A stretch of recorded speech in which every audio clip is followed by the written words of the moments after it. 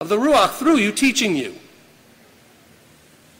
He says, yet we speak wisdom among those who are perfect, and not the wisdom of this age, nor of the rulers of this age, that are being brought to nothing, but we speak the wisdom of Elohim, which was hidden in a secret, and which Elohim ordained before the ages for our esteem, which no one of the rulers of this age knew, for if they had known, they would not have impaled the master of the esteem. But as it has been written, eye has not seen and ear has not heard, nor have entered into the heart of man what Elohim has prepared for those who love him. So there Paul is saying, whatever you think you know, you still don't know it all. Amen. Don't think that you figured anything out. Shaul, okay, look, we can all agree that Yahweh's smarter than all of us. Can we also agree that Paul was better educated and more scholarly and knew probably more than any of us? Okay? And here he is saying, look, eye has not seen. Ear has not heard. So even he wasn't explaining it enough to really give you the real picture. He was just giving you the best shadow description he could. Amen? It says, but Elohim, verse 10, has revealed them to us through his Spirit. For the Spirit searches out all matters, even the depths of Elohim. See, that's where it comes down. See, man isn't going to be able to truly do justice to this. But the Spirit in you is going to resonate it. That's who your true teacher is. For who among men knows the thoughts of a man except the spirit of man that is in him? So also the thoughts of Elohim no one has known except the Spirit of Elohim. So I'm not trying to explain to you the thoughts of Elohim. I'm trying to give you what I think would make the most sense so that the Ruach in you can truly explain it to you. That wasn't complicated, right? You understood that, right? I'm just trying to say whatever. I'm praying that what I say is him putting the words in my mouth that then will be used to teach you something. Not that I'm teaching you anything, but the words will be used to teach you something. And we, verse 12, have received not the spirit of the world, but the Spirit that is from Elohim, in order to know what Elohim has favorably given us, which we also speak not in words, which man's wisdom teaches, but which the set-apart Spirit teaches, comparing spiritual matters with spiritual matters. But the natural man does not receive the matters of the Spirit of Elohim, for they are foolishness to him, and he is unable to know them because they are spiritually discerned. Again, this point is hit home so many times. Everything that you need to know is spiritually discerned, not intellectually. You need to think about stuff, and then as you're thinking and meditating on it, let the Spirit explain it to you. We think we're so smart, we want to just sit there and figure it all out. Good luck. Let me know how that works for you. And what's worse is once we think we figured it out, we think we need to tell everybody else. Because we know more than they do, and we need to help them. No, it doesn't say anywhere in here that that Paul is saying to them, and when you figure it out, go help your brother with it. Did anybody know that verse? Is that verse anywhere? No. Okay? Philippians 2:12, don't turn there, we're still here, but I'm just quoting it. We are to walk out our own salvation, your own salvation, not your brother's salvation.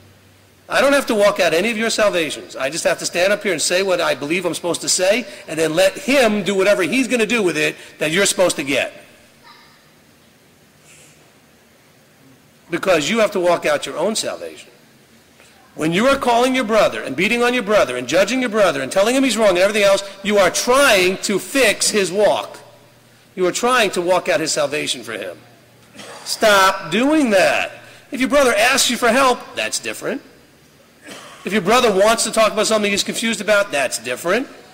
But don't go seek who will listen to you just so you can shove that information in their ear. Does that make sense? Now, if you're not doing this, great, but you know others who are doing this. And this is where you can go and say, as a witness to your brother, brother, I need to share this with you. Please allow people space. You're not helping people. If you're going to stand by yourself in front of the judgment seat, and I made you do the right thing, I was right, and I made you do it. How is that going to work when Yahweh looks at you and says, did you do this thing? And you go, yeah, I did. He said, well, because you wanted to or because Steve made you do it? I mean, does that help Yahweh at all to know that you did it for the wrong reasons? You know, Deuteronomy 8:2 is the basis of my ministry. It says, and Yahweh led them through the desert those 40 years to test them, to prove them, to see whether it was in their heart to keep the commandments or not. He wants to know with every single one of you whether it's in your heart to try and do it. Not whether it's in your heart to get him to do it or her to do it. But whether it's in your heart for you to do it. That makes sense?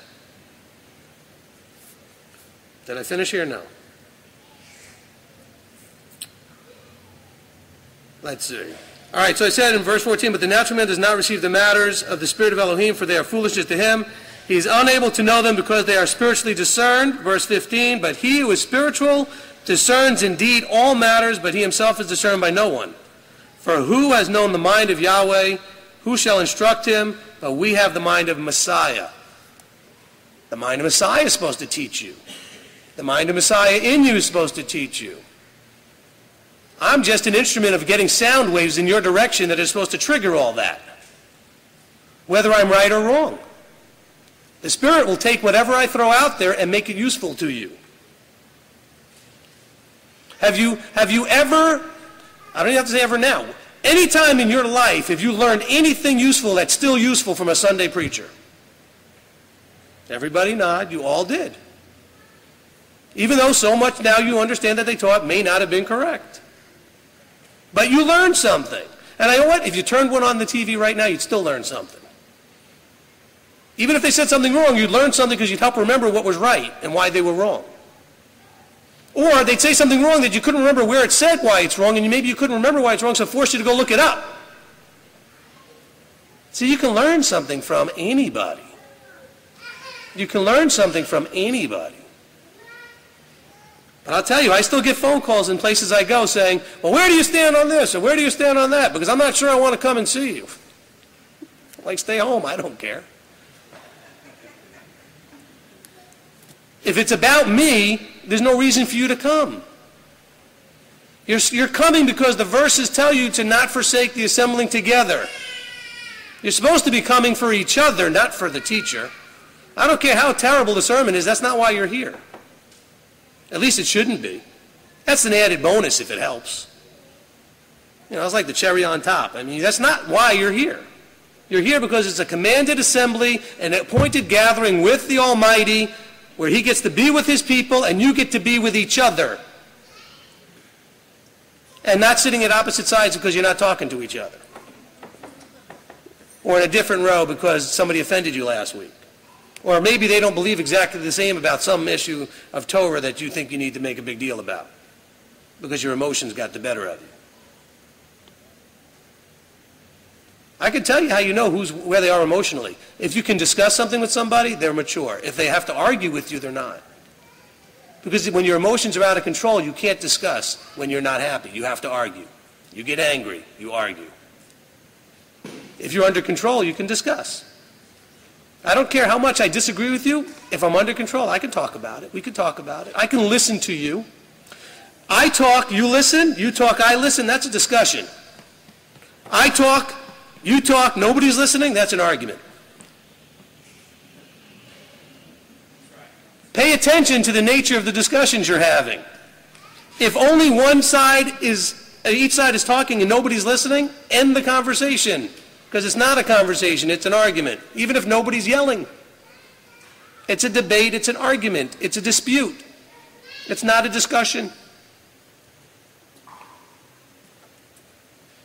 Can we all agree that at some point, well, this is like a ridiculous question, but I think I'll ask it anyway. Have you ever been wrong about anything? Have you ever been wrong about anything that you were so sure that you were sure that you were sure, and then you found out you were still wrong? So why are you beating anybody over the head? You still could be wrong. Because you thought you were right before, but now you're so much smarter, right? So now you can't be wrong again.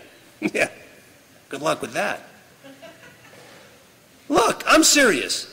I don't normally guarantee anything, but I guarantee this. When Yeshua shows up and sets everything straight, you're going to be wrong about a few things. Every one of us. And you know what the bad part is? The frustrating part? You don't know now which ones those are. You don't know. And you're going to sit there going, man, I can't believe that's one of the ones I got wrong. Just like you do that when you found out Sunday wasn't right, and you found out that there was Israel, and all these other things you found out, that you weren't supposed to be eating shrimp. And you went, oh, man.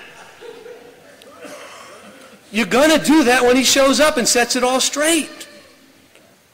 Look, do we all understand? I know it's hard. We're in America. We're in exile. We're in punishment. We're in the dispersion. According to the punishment in the cursings chapter, one of the curses is that you will be floundering around during midday at the height of the sun as if it's midnight and totally dark. Paul says we look through a glass darkly. Right? So why do we think we're so smart and know everything?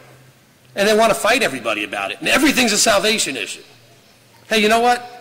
And Joe really appreciated this because I came up with this on the phone with him yesterday. And I wrote it down. Let me start out with this. Why are we here?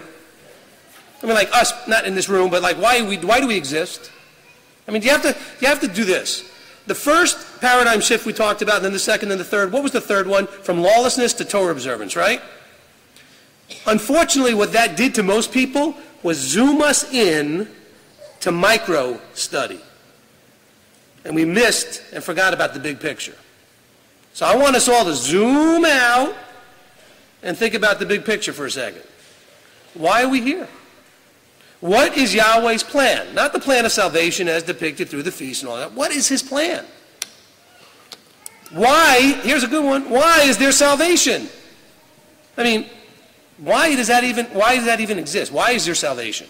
Because that's what we all fight about. Well, is that a salvation issue? Or is this a salvation issue? Well, I'm not going to do that. It's going to cost me my salvation.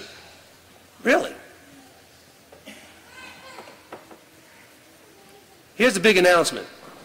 And Joe said it a little bit earlier, and he was almost stealing my thunder, but he didn't hit it too hard, so I'm going to say it now the way it was supposed to be said. Because I want it to be profoundly impactful. He snuck it in. Salvation is not about you. None of this is about you. None of this that's happening is for you. It's all about him. This is all about him wanting, for whatever reason, to spend forever with some people. Now, don't ask me why. I don't get it either. But for some reason, he wants to spend forever with some people. This is all about him. And because of his wanting to spend forever with some people, he has this process called salvation.